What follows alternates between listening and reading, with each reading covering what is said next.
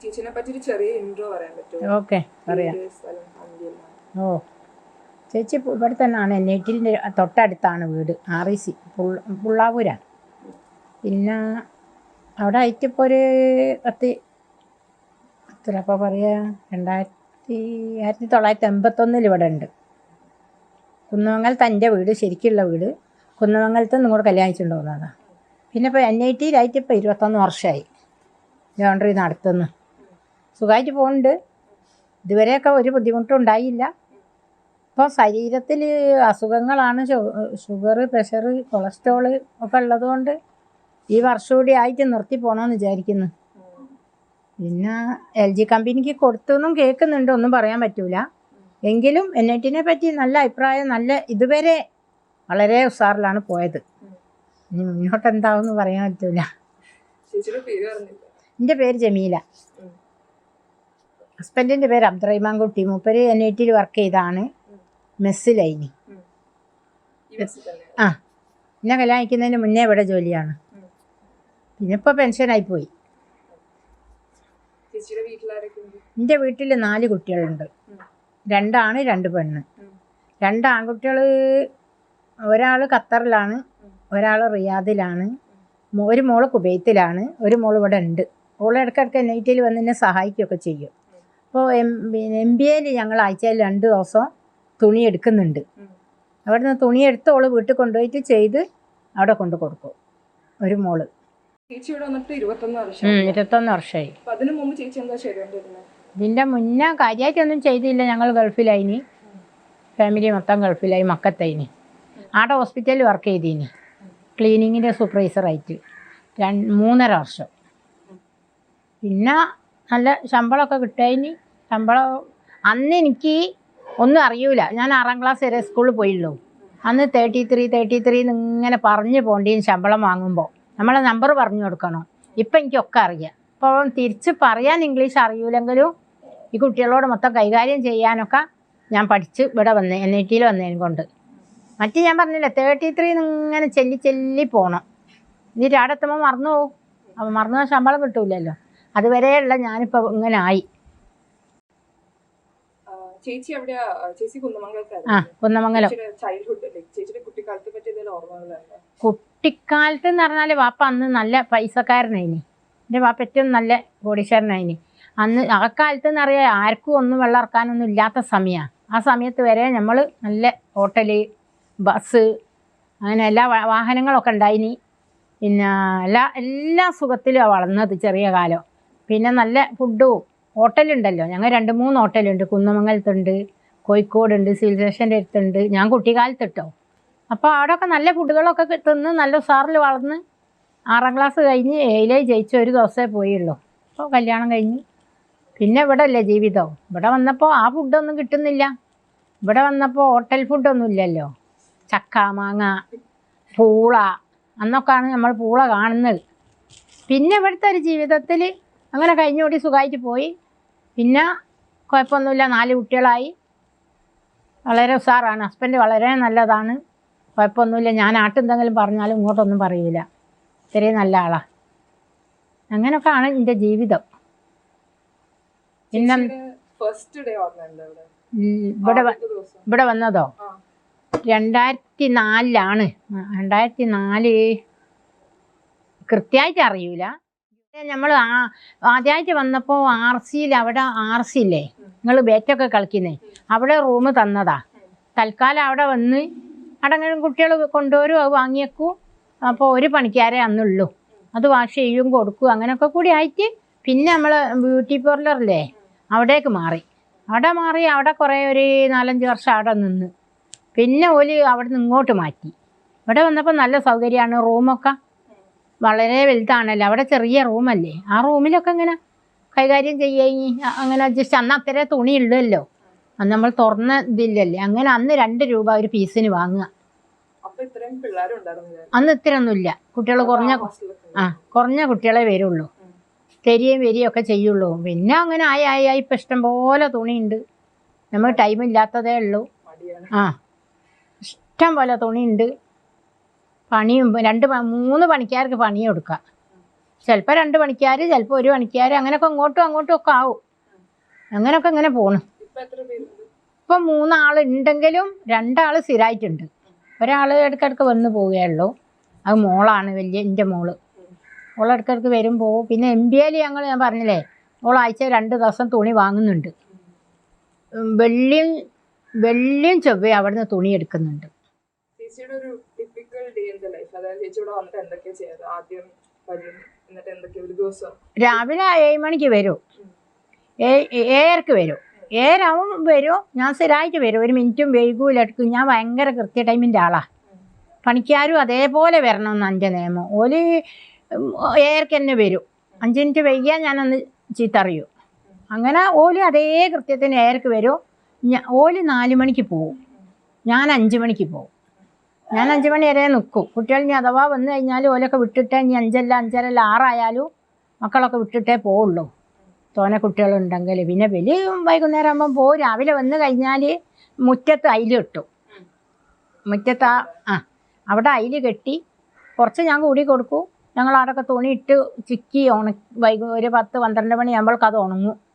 അപ്പോഴൊക്കെ പണിക്കാർ തിരുമ്പിക്കോളൂ. കല്ലുമേലാ തിരുമ്പുക. വാഷിംഗ് മെഷീനിലാകുമ്പോൾ എന്താണെന്ന് വെച്ചാൽ ഒക്കെ കളർ ഇളകുന്ന തുണിയാണ്. ഒരു പീസ് ഒന്നും ശരിയത്ത് വെക്കാൻ പോലും പാടില്ല. പിന്നെ വാഷിംഗ് മെഷീനിൽ ബെഡ്ഷീറ്റും ബ്ലാങ്കറ്റും ഒക്കെ ഉണ്ടാവുമല്ലോ, അത് മാത്രം വാഷിംഗ് മെഷീനിൽ കഴുകും. അത് രാവിലെ തന്നെ തുടങ്ങിയാൽ ഒരു 10 മണിയാകുമ്പോൾ ഒരു 10 10:30 ആകുമ്പോൾ ഒരു ചായ കുടിക്കും. അതുവരെ ഒരു നല്ല പണിയെടുക്കും. നല്ല പണിക്കാരാ പണി.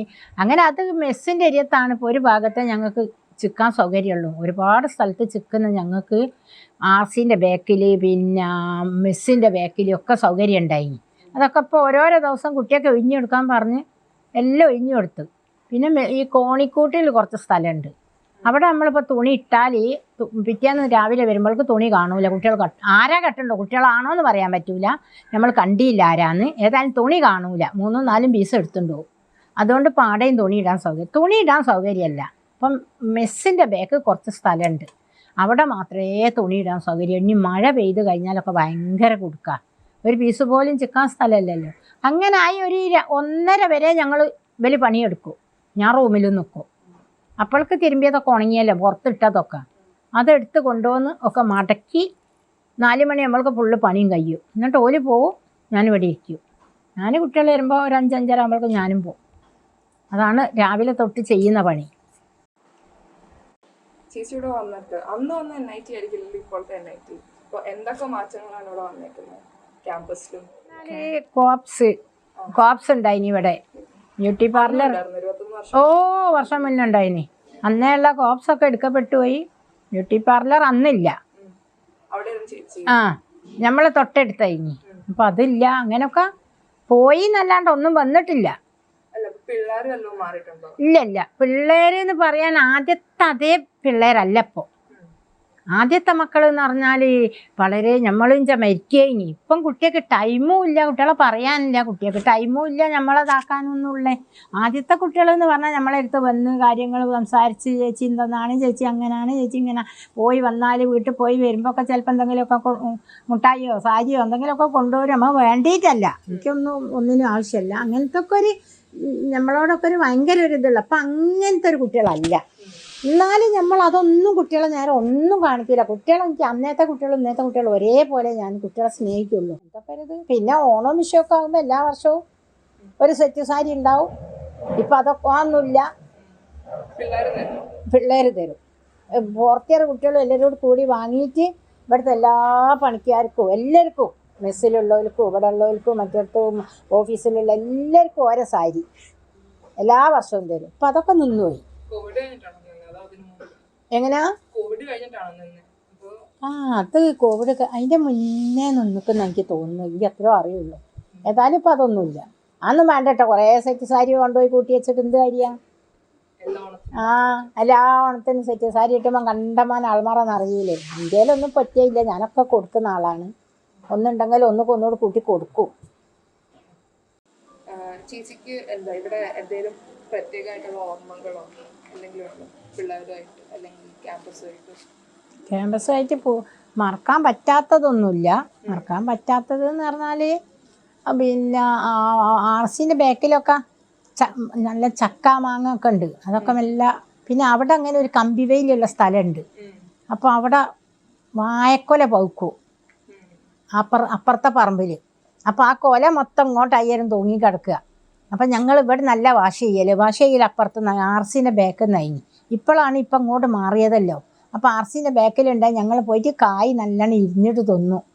പഴുത്ത കായ് ഉണ്ടാകും, നല്ല പഴുത്ത് കിടക്കുന്ന കായ്. അതൊന്നും ആണിപ്പൂവന് അതൊക്കെ ഇരിഞ്ഞ് ഞാനും അന്നൊക്കെ വേറെ പണിക്കാരായിനി.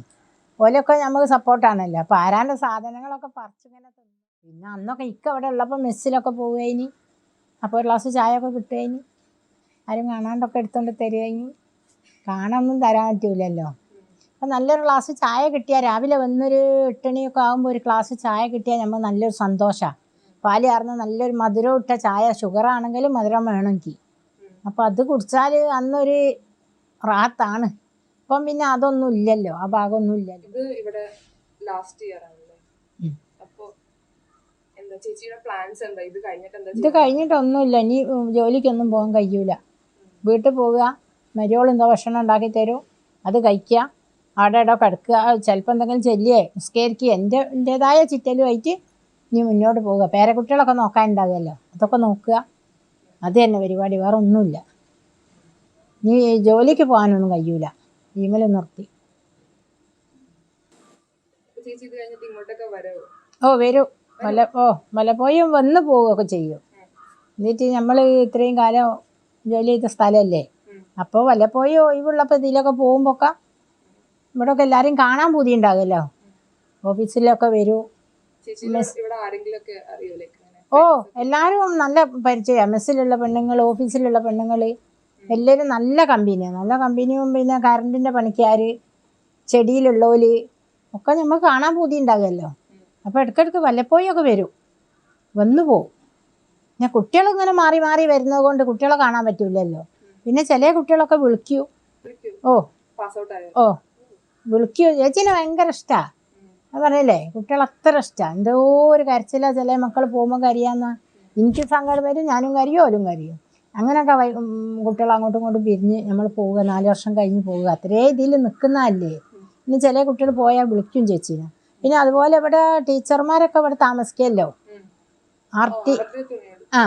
ഓലൊക്കെ ചില ടീച്ചർ നല്ല കമ്പനിയാണ്. നമ്മളെ വീട്ടിൽ കൊണ്ടുപോവുകയും ഭക്ഷണം കൊടുക്കുകയൊക്കെ അതും ചെയ്യും. പിന്നെ പെരുന്നാളൊക്കെ ആയാലൊക്കെ ഇവിടെ 2 ടീച്ചർമാരുണ്ട് നമ്മളെ വീട്ടിൽ വരികയും ഒക്കെ ചെയ്യുന്നത്. അവരൊക്കെ വിളിക്കില്ല.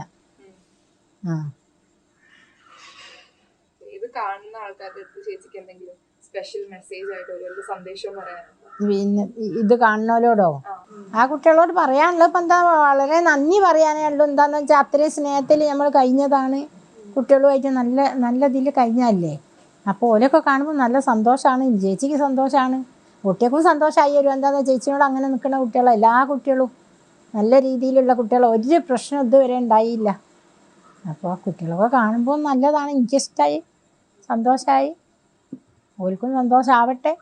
ഇനി മുന്നോട്ട് ഈ ചേച്ചി വന്നിട്ടില്ലെങ്കിലും കോളേജിൽ ഇതേപോലെ കുട്ടികളുമായിട്ട് നല്ല രീതിയിൽ ഈ സ്ഥാപനം മുന്നോട്ട് പോകണം. അതേ ഉള്ളൂ, വേറൊന്നുമില്ല.